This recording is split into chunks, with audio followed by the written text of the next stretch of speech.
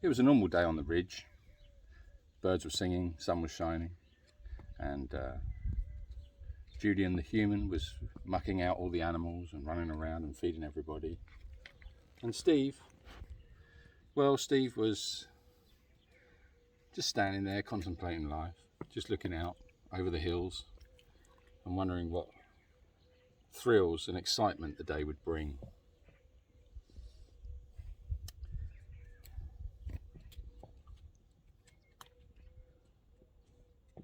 Unfortunately, there wasn't a great deal of excitement for Steve that day, except a passing visit from a horse.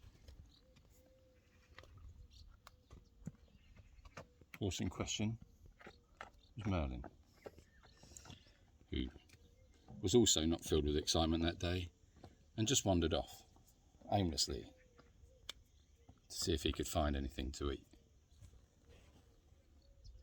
So Steve went back to his usual practice of musing about the day, thinking about all the things he could do. And then he thought, well, I've got nothing better to do, I might as well just bite my human. So he grabbed hold of his human's hand and very gently at first started to nibble at it.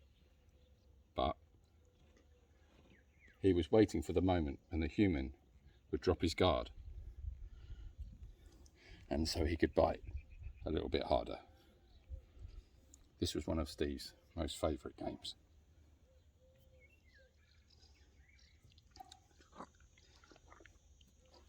Sometimes he would take a little break from biting his human and have a little chat telepathically with his partner in crime, Dotty. Dotty would linger quietly behind the human and think about ways to ambush him when he wasn't looking and least expected it. Sometimes their telepathic conversation wouldn't go too well, and Dotty would move in.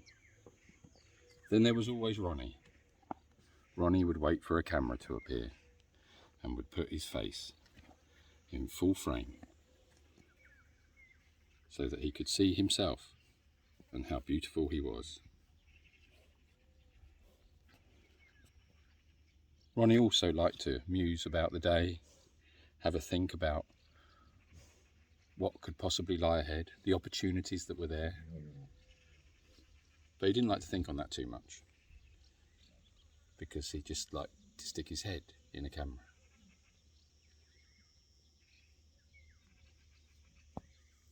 Oh, thanks. Occasionally he would punch his human in the face with his nose.